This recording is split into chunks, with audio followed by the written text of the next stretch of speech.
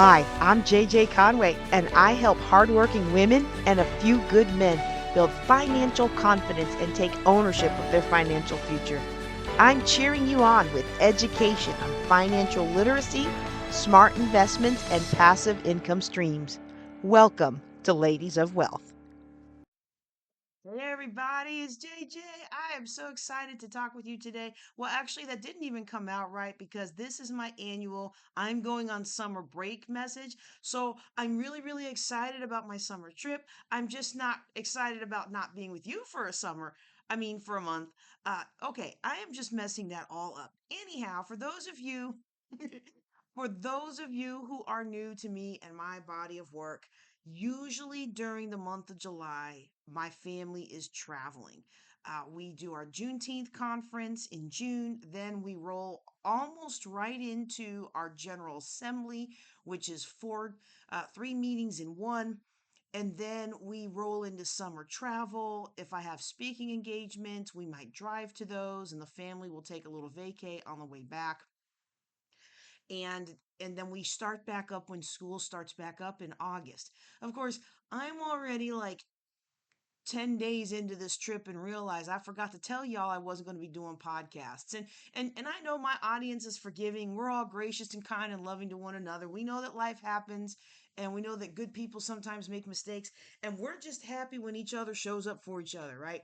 But I also wanted to get this out because I've been applying for some pretty neat speaking engagements now that the oldest one is out of the house and I can kind of go back into my speaking career again. And I kind of want my podcast to be updated. I want it to be updated for you too, don't get me wrong, but I know that you will still be there later. Just like I'm there for you. Look, I'm there for you and you're there for me. We're there for each other together. We're building wealth together. Okay. But of course, I forgot to put this out and we are already in our travel. In fact, we just had our International Youth and Young Adult Conference, and we're rolling into our Brotherhood Conference, and then it's going to be the General Assembly of the Church of the Living God International, which is my home church, the church that I have a minister's license in, the church that I'm a pastor in. Uh, I laugh a little bit about that because it's funny to be a pastor, but we still just have my family. And by now I'm used to already having a work, like a sizable work, and then I move and I go start another one. Like the military moves me and I go start another one. So this is a little season of humbling for me to have my family and some online believers. And I'm so glad for those of you who watch online. But do pray for me or pray with me about when the Lord wants me, if the Lord wants me to move into a physical building. I know I'm doing God's work. Wow, this is so not what I intended to talk about today, but I'm on this now. So perhaps you will either be able to encourage me or maybe the fact that you are not alone in your thoughts and concerns about your ministry might help you feel more encouraged yourself. I know the Lord loves me. I know that He calls me. I know that everywhere I travel, it's like I meet somebody that I'm ministering to. So I know the Lord is with me and I know I'm doing His work. And even here in Stephenville, even though we don't have a physical building, we do have a room that we held Bible study in downtown. Come on and meet us downtown. One of the other ministers called it the upper room. They called it JJ's upper room. And I was like, oh, that's kind of got a nice ring to it. We used to have a church called the upper room in Florida, and now it's called, I think, Spirit of Christ or something like that. But they changed their name when they moved into their new building.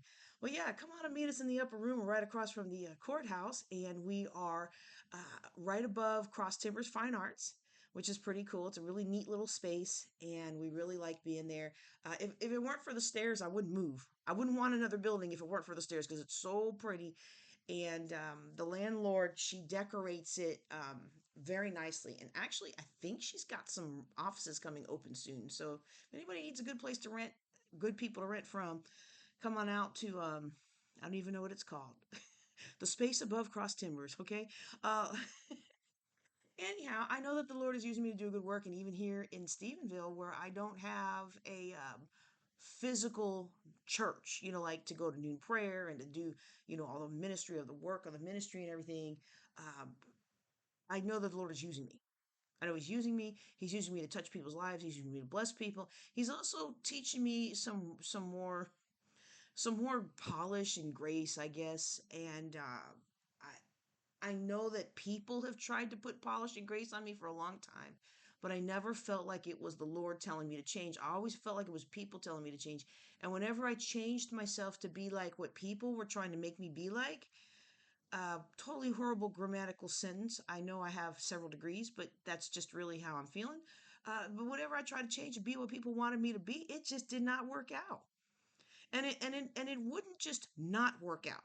Like the times when I would change in response to I shouldn't say harassment. I shouldn't say bullying.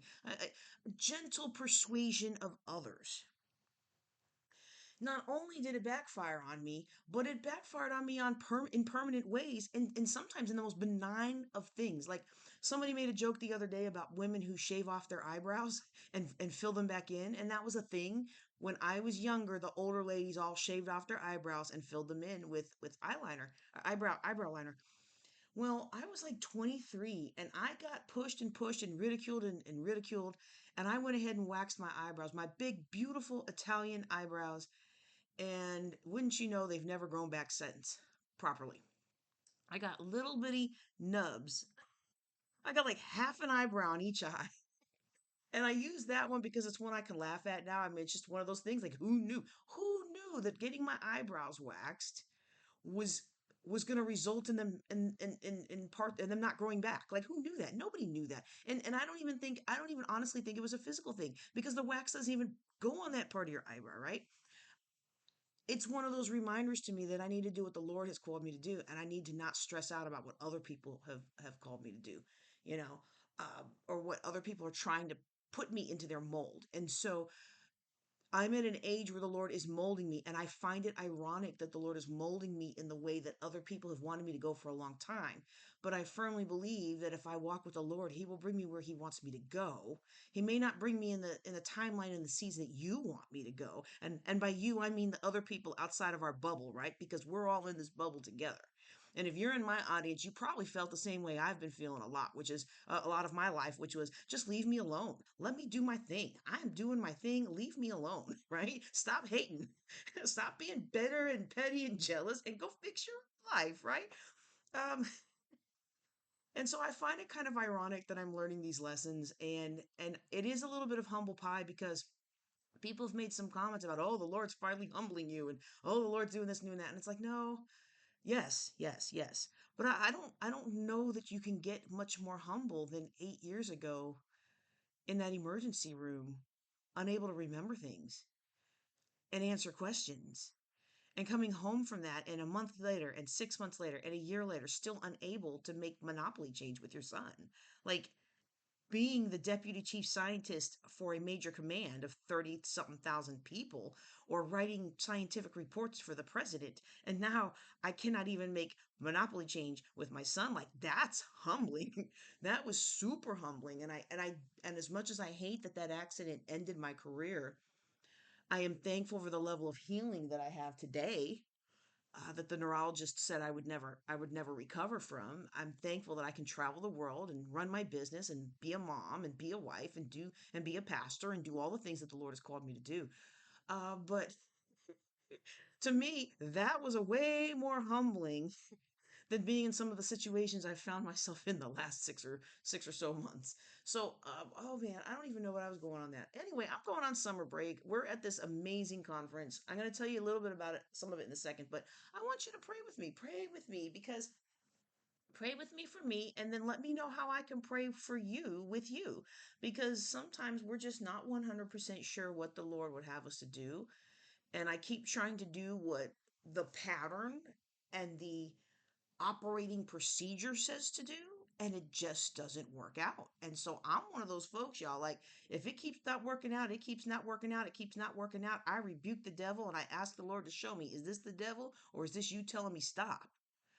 And I'm not to the point of the Lord telling me stop yet or to go another direction yet, but I am seeking the Lord, like, Lord, show me what you would have for me to do. So I'm really excited about this conference. I'm hoping to get some really clear direction out of the conference. And I already got, y'all, I'm gonna tell you, this is blowing my mind. Okay. Okay. And if you are listening to me, I honestly don't think most of my church members listen to my podcast. But if you are listening to my podcast, please understand I don't mean no pettiness, no shade, no nothing about my church. I love my church. There's things in the past I wish had been handled a better way, but we all have things. And at least for me, I feel comfortable. Like I gave my feedback to the leadership. I gave my feedback to the leadership and they do what they want to do with it. And I just salute smartly and execute. And once I give my feedback, I'm done with it. Like I'm not gonna be the kind I'm not that kind of person, y'all. If the if the missions director says we want to go to Hot Springs or we want to go to Galveston, and all the ladies say Galveston, and I say we should go to Hot Springs because it's cheaper, it's going to be quieter that weekend, it's going to be cooler, but everybody wants to go to Galveston. Once the boss lady makes the decision we going to Galveston, I'm going to Galveston. I don't go to Galveston and grumble about hot springs. Oh, it's so hot out here. Oh, the sand. Oh, the mud. The water's muddy brown. No, no, no, no. That's not how I roll. Once the leader has made their decision, my mind has rolled on to the next thing the Lord has set in my plate. Right. So people know me to be very, very vocal when the leaders give me an opportunity to do so. But once the decision is made, I salute smartly and execute. That's how I was trained in a soldier, not as a soldier, but as an airman, and that worked well for me in the military, and it works well for me in the ministry too. So, but when I went to register us for the youth, y'all, I got a family of three and occasionally four now, because one's kind of out the house, but he's kind of tethered a little bit. And I think I bought him all the youth direct. I think I bought him all the youth stuff. And I think I bought him some Brotherhood stuff. I have to see what my registration says. But I don't know if I got him General Assembly stuff because I'm like, you grown and you got a job. And they don't print it in the booklet anymore. So, I mean, I got like 12 years of his name in every General Assembly booklet. And then they stopped doing that. I'm like, what does it matter? You can buy your own General Assembly, right? Registration. But I looked at that, yo, that youth department registration, which usually is like $35 a year. It comes with a T-shirt. It ended up being like $100 per person. It was like $400. It's like, ooh. It's like if I'm feeling the pinch on that, because I have a certain budget for General Assembly, and I'm a person that practices what I preach, y'all. When I talk about being on a budget, y'all, I do. I operate on a budget. It hurts sometimes, especially with my business. With my husband, we have a division of monetary.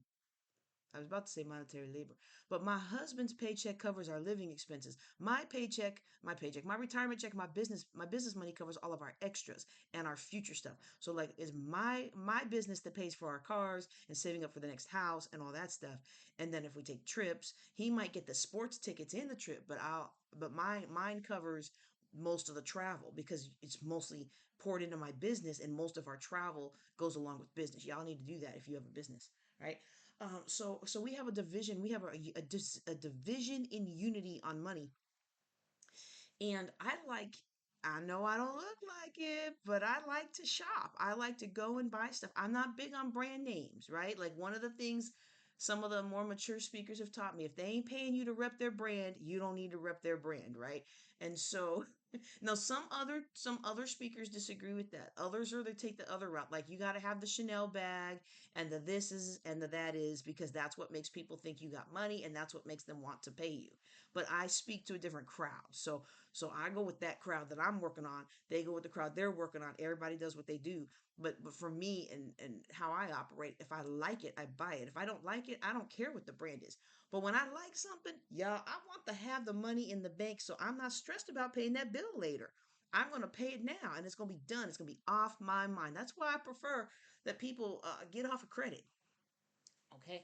But but going back to the registration, I was like $400 because we registered for the meeting and I think the shirt came with that. But then we had a concert, and then we had a youth thing, and then we had a meet and greet, and we had a this is and a that, and it was just a lot of different pieces. But I was like, you know what though, I love our youth director. Anything she is doing, I'm buying it, I'm paying it, I'm supporting it, I'm doing it because I want to see her succeed, and they are doing a fabulous job. The church, my home church, when my oldest son, his dad decided he didn't want to really be a part of our lives, and I don't understand all of that. People say it's my fault. uh, that I intimidated him or something, and I'm like, I don't know about all that. I'm gonna let the Lord work that out. But when he decided he's not gonna do visits anymore, he's not gonna call, he's not gonna be a part of my son's life, it was the brothers of my church, the brotherhood department of my church, that helped me with my son, helped mold him into a man. And now I'm watching the youth department with my little one, and I'm just like, you know what? I want to support everything that they do. That's why I support. Like, I buy all the brotherhood stuff. I'm not a brother, but I order the shirts and everything too, you know? And so I did everything, but I wasn't expecting to get the blessing. And y'all, I got a blessing. So one of the things that I bought was a meet and greet. I think I mentioned that, but just in case I didn't, it's a meet and greet with the gospel artist. And this is actually really kind of funny because, first of all, I didn't know that I knew this name. And I'm not going to name the artist, but I didn't know that I knew the name. Um, this is the son of an artist with the same name, and a his father had a lot of songs. He's written them, played for them, a lot of songs that I just loved since I gave my life to the Lord. Like, they were songs that shaped my salvation, my faith walk, and I didn't even realize it, right?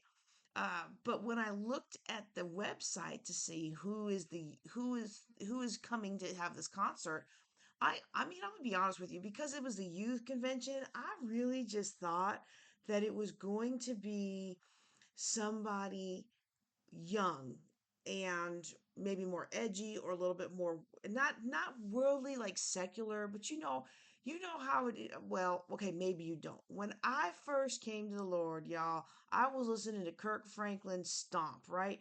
Well, they played Kirk Franklin Stomp in the club, and I didn't really know because I was a babe in Christ. But if your gospel music is played in the club where people are trying to get with each other and do drugs and smoke and fornicate and all that stuff, if your gospel song is being played in the club and people in the club who are there to do clubbing, sinning things are dancing to your gospel music, then that gospel music probably ought not be sang in church, and it probably doesn't have the Holy Spirit riding out upon it. Okay, I'm just gonna go out there and say that. I know it's an unpopular position, and this is not a preachy podcast. This is a secular podcast. So I'm not trying to preach at you. I'm not trying to make you feel bad if your faith walk is different from mine. That's okay. I love you anyway. But in my faith walk, I am trying to have power with God. And we do have what we call separation of church and state. We have secular businesses versus ministry businesses. We have vocations versus ministries. We have this is versus that is. But the bottom line is when you listen to my podcast, you get who I am. You get who I am with my struggles and my um, concerns and my wins and my attitude and my energy and my faith and my questions and my everything. You get everything about me through the sound waves that are delivering these words to your ears. You're not just getting my words, you're getting my energy, you're getting my life. You're not getting my life force. I'm not trying to go all woo woo on you. But what you're getting from me is more than just the words that you are hearing. And it's the same with any media you consume. If you are reading a book, you are receiving the spirit, the energy, the persona of the person who wrote the book. Maybe the person who edited the book. Maybe the person who transcribed the book. I don't know how detailed all that goes. But in music, you're getting the energy of the person who sang the song.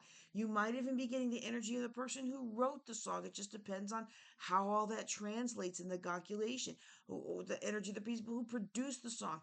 That's why well, I'm not going to go. I can tell I'm going to get all into the metaphysical, spiritual aspect of things, but I just want you to know, you don't just get the words on a page. You don't just get the words on a screen. You don't just get the picture on a screen. You don't just get the vibrations of sound in your ear. You get more of that from any media you consume. You get the energy, the life, the attitudes, the struggles of the people that put together whatever it is you're listening to.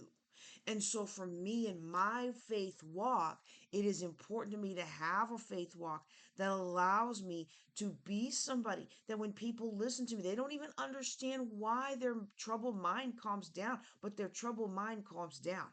They don't even understand why if I come in and the Lord leads me to sit next to somebody and I love to talk, so it's hard for me to not talk, but sometimes the Lord leads me to sit next to somebody and not talk. And whenever I feel uncomfortable about it, I think about the stories that Bishop Butler used to talk about how she and her husband would be squabbling early in their marriage, and Bishop White would just come in and sit down and not talk. And so, whenever I feel like I want to break the silence and I feel like the Lord's telling me to not talk, I think about that story and I keep my mouth shut. I know that's hard for me. It's probably hard for you to believe I do it, but I do. Okay. And so, but you don't get that kind of power with God, and you consume things all day long from people who aren't really trying to work with God, who aren't really trying to make it to heaven, or people who aren't really trying to be somebody for God. I'm not saying that if you don't have the same faith walk, you're not a valuable child of God. Of course you are, especially since you listen to my podcast. That tells me you are an intelligent child of God and you are a fantastic child of God, and we will probably enjoy hanging out together. So, see, I absolutely love you just for being here, right? But I also love you because you have value of being one of God's children, right? So, I said all that to say all gospel music is not created equal. There is gospel music that can be played in the club. That gospel music is probably not going to help you live a life of righteousness or break some of the old habits. In fact, if it's playing in the club, club music is designed for one thing, for two things, for three things. Ain't none of them holy. All right. And I used to love to go dancing in the club. I never liked dancing with anybody because I was kind of one of those weirdos that I liked to dance, but I really didn't want to dance with you because dancing with you might lead to the wrong impression, and the wrong impression could get me pregnant, and the wrong impression could get me, and getting pregnant could get me kicked out of the Air Force Academy, and I wasn't trying to get kicked out of the Air Force Academy. So you could go dance by yourself. I'm happy dancing by myself, right? So that's how I was before the Lord saved me. But when it comes to when I as I grew, my taste in music has become more spiritual. But I remember when my sponsors at the academy, they were a missionary family. They were absolutely fabulous. I don't know if they ever realized how just absolutely devilish their kids were, because their kids always blamed me. And I think I was just convenient. I was an outsider and I was black and I came from a non-religious family. So I was really easy to blame for all the stuff that the kids did. But I have a feeling by now they've probably, the Lord has probably opened up their eyes, right? It's like 30 years later almost. But my sponsor family, they really loved the Lord. And so from time to time I went to church with them, and I noticed a curious thing. It's like the older somebody gets in the Lord, not and this was age. I didn't know anything about spirituality back then, but it just felt like the older somebody got in the Lord, the slower and more boring their music got, right? And so and so, they wouldn't play the stuff that their kids listen to. They wouldn't have allowed to be played in church, but it was the same stuff I was listening to. And so now I don't listen to that stuff anymore. Everybody's got their own spiritual journey. But that's what I was expecting with an artist from the youth convention. And so I go look on this guy's website, and he has some really interesting album art. And I'm like, well, I don't really I don't want to rain on anybody's parade, so I'll just deal with that later, right? Like I don't know if y'all remember the gospel tailgate that I did at Tarleton University. We did it for 3 years in a row, and then they changed the rules to allow alcohol in the stadium, and it's just the environment has degraded to a point where it's nice to be a light in the darkness, but I felt like it's almost like going into the club to preach. Ain't nobody there for the club. Now, we did get people that liked coming to our booth and they liked getting a break from all the raunchiness, which is great, but at what cost? And so I prayed about it, and the Lord told me, you just stop that.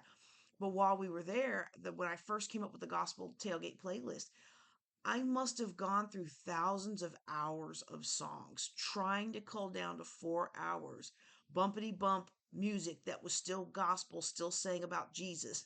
And I put a few of our church songs in there from time to time for the old folk like me. But for the most part, the gospel tailgate playlist is a bunch of really peppy, fun songs that I'll listen to if I'm driving and I'm super tired and I've got an hour left on the road, maybe. But and you know what? I would probably play them at the roller coaster fellowship as well. But I'm probably not gonna play them in my church because I don't think you're going to get a whole lot of Holy Ghost flowing on the you got the background track. Ooh, yeah. It takes two to make a thing go right. You know that little phrase. I don't think you're going to get the Holy Ghost moving off of that. And it's anyway, again. This is a secular podcast, not a preachy one. So, but it's just who I am, and I really didn't expect when I clicked on some of these album covers to hear some of the most beautiful gospel music you have ever heard. Oh my goodness. Like I am like a sold out new fan now, right? Well, one of those, so we have this meet and greet. We have this meet and greet. And again, I buy everything that I can afford to buy when it comes to supporting my church stuff. And like I go to all the vendors and I buy something if I can afford it and unless it's something I just can't use or I don't like. Like some people sell stuff and I'm like, I don't need to put that in my body because I really don't. But they make well, actually not this year because they changed the rules. Anyway, sorry. Yeah, we're not allowed to sell food this year. So like I'm supposed to have a booth and I'm like, oh, I don't know what I'm going to sell at the booth because Cubby can't sell his food now.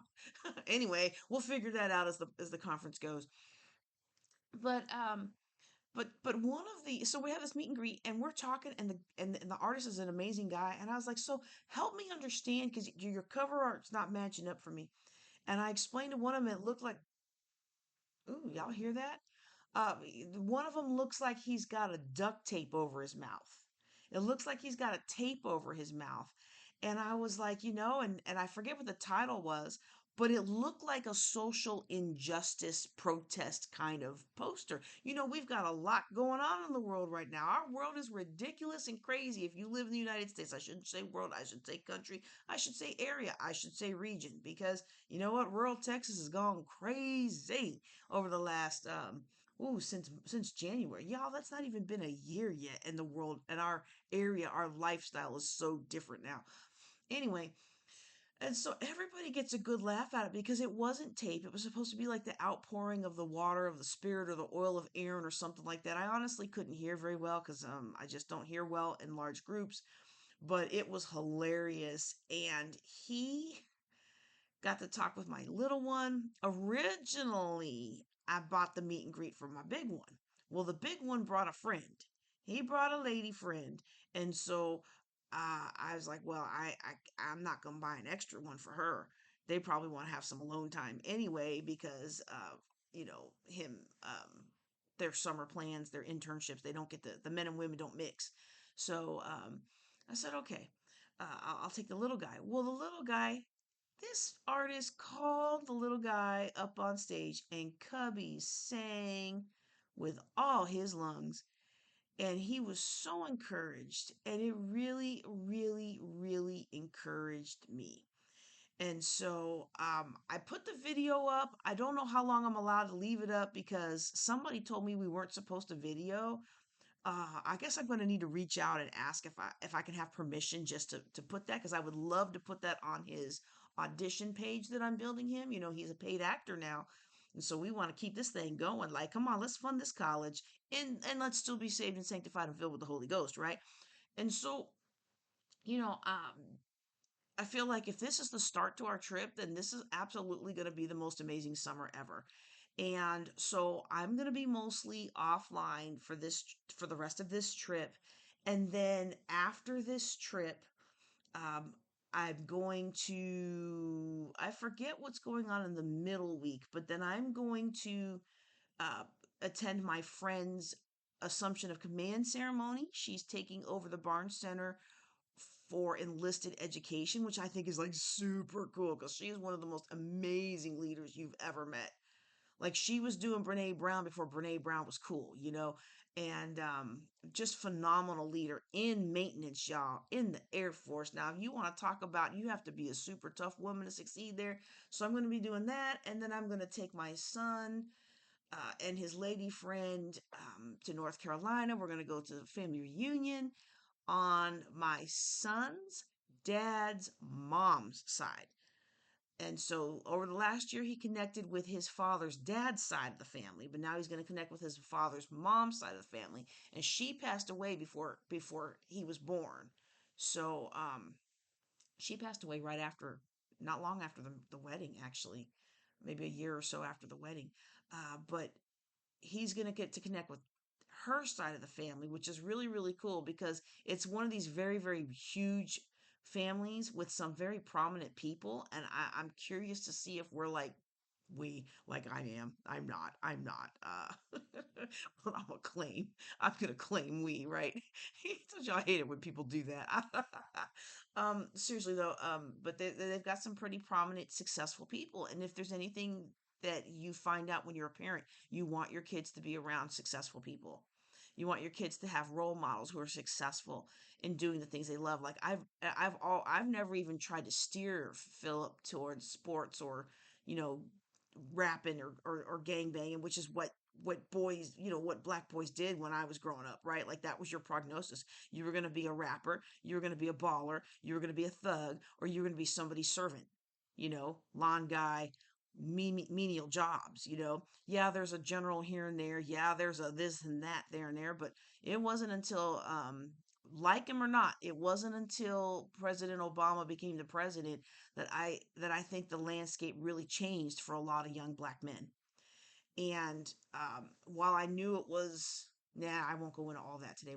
Because this is already getting way longer than I thought. I thought those were going to be like a 5 minute. See y'all. See you in August. But it's become a lot more commentary than that. So let me know if you're interested in what I'm saying and if you like this kind of commentary.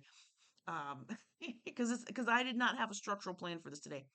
But like with my little one, he's into the arts. He's a gifted actor and he can sing and he's scared to and he doesn't always apply himself and he plays around a lot so you don't think it. But when he's with all those other kids on stage, he's about the business of putting on a good production. And it's like a switch flips on for him. And so even though it's uncomfortable for me, I'm going to do everything I can to motivate him and to encourage him and put him around people who are successful doing that, who still love the Lord. And so, I love that. And then my mom invited us to our family reunion and I'm gonna go. I'm gonna take the boys. My husband can't go because he's got band camp starting up before we would get back. But we're gonna go visit my oldest aunties, and I'm really excited to see them. And one of my mom's sister, and then my dad's sister. Um, I'm gonna go see them as well. And then maybe, depending on how things go, maybe some family fun. I was actually pleasantly surprised at how excited my son. Oh my goodness, the weather is getting ridiculous. I hope the recording is still good. My son is very excited to reconnect with his cousins, my brother's kids, and they're trying to reconnect with my sister's kids, but that seems to not be working as well as he would like. But one of them just graduated, and of course, it takes time when you just graduate. I should probably cut that part out, but I don't have time to edit because this storm is going, and I'm probably going to need to go pick up my little one. Um, So anyway, I'm very excited about our summer of travel. I don't know. Okay, so here's the other thing. Here's the other thing. Y'all know every year I send out a warning to all the mompreneurs out there. Like, do you have a plan for your business for summer? Get a plan together for your business in summer. And most of the time, my plan for my business in summer is too aggressive for the family travel and the church fasting in June and the 10-day conference and then whatever other travel we do and the Juneteenth conference. And then I end up getting very little done. And then I feel so bad about it. But this year, uh, I have decided we are going on this trip. And since my husband's not driving because he has to work, I'm the one driving, or maybe my big one will drive. Uh, but I've decided we're going to be open ended. So when somebody said, "Well, when are you coming back?" I'm like, "I don't know." But school starts on the 13th, so we'll be back before then. My son is registered in an arts and music camp this week, so I'd like to be back by then. But if he's not back, it's not the end of the world, right? Uh, so I'm just like, it's very rare for me to go on a trip and not have like hard plans. So Last thing I'm going to say about that, if you are, I think the only outstanding due outs I've got left are my Juneteenth Legacy authors who we're still working on our Voices of Legacy anthology, and then my speakers for the conference. I think I sent y'all your cuts for your talks, but just in case, that's another thing I'm going to troubleshoot when I get back. And then we will start the podcast back up uh, probably August 13th when school starts that week. It might be a little before or a little after. If I get back earlier and I feel like starting it back up the first week of August, that would be cool. And if you are in Stephenville, we are going to start doing walk-in Wednesdays down um, at our downtown location. So we have a location where my office is over across Timbers Fine Arts. It's on the square in Stephenville. And I'm going to set up a way where you can either walk in or you can make just a free appointment. It's going to be free. It's going to be free 99. I'm going to be there that afternoon. If you show up and come ask a money question, I'm going to work with you on your money questions. If you don't show up and ask a money question, I'm going to work on other stuff. But I'm going to be there every Wednesday afternoon. So for the last year, I had an intern and we were working together on Wednesdays, and then I would take her home and then I would set up for Bible study Wednesday night, and it really worked well. And I found that I was getting a lot done simply by having her come work for me, doing whatever admin things she was doing that day. It actually motivated me to get more done because A, I had to prep for her, and B, I'm sitting there while she's doing her work, working. Instead of getting distracted by 20 million other things. And since she's not here anymore, I said, okay, well, how am I gonna maintain that until I can until school starts and all the Tarleton students get comfortable and I can hire somebody else. Well, I'm gonna start doing walk-in Wednesdays. Now, when that starts, it might be the first week of August. It might be the second week of August. It's probably not going to be the second week of August because that's back to school. And if y'all not from Stephenville, let me tell you something. Hook Elementary drop off and pickup line, it is a mom rite of passage here in Stephenville, and it is the worst of all of our campuses. And that day is going to be a hot mess. It's just going to be a hot mess all around. Hot mess express. I'm going to come prepared with my Wonder Woman tea and lots of prayer and lots of prayer. Because that's gonna be one of those. Woo, that day is gonna be crazy. But yeah, so it's gonna be. We're gonna come back in August, either the first or second week, and we'll get the podcast kicked back off. Oh my goodness, if you've listened this far, let me tell you something. I love you so much. I know I'm not very good at showing people that I care, and I'm not very good at, well, I should say up until now, I haven't been very good at showing people that I care. I'm trying to get better about telling people how much I care about them because I realize that life is not promised. Tomorrow is not promised.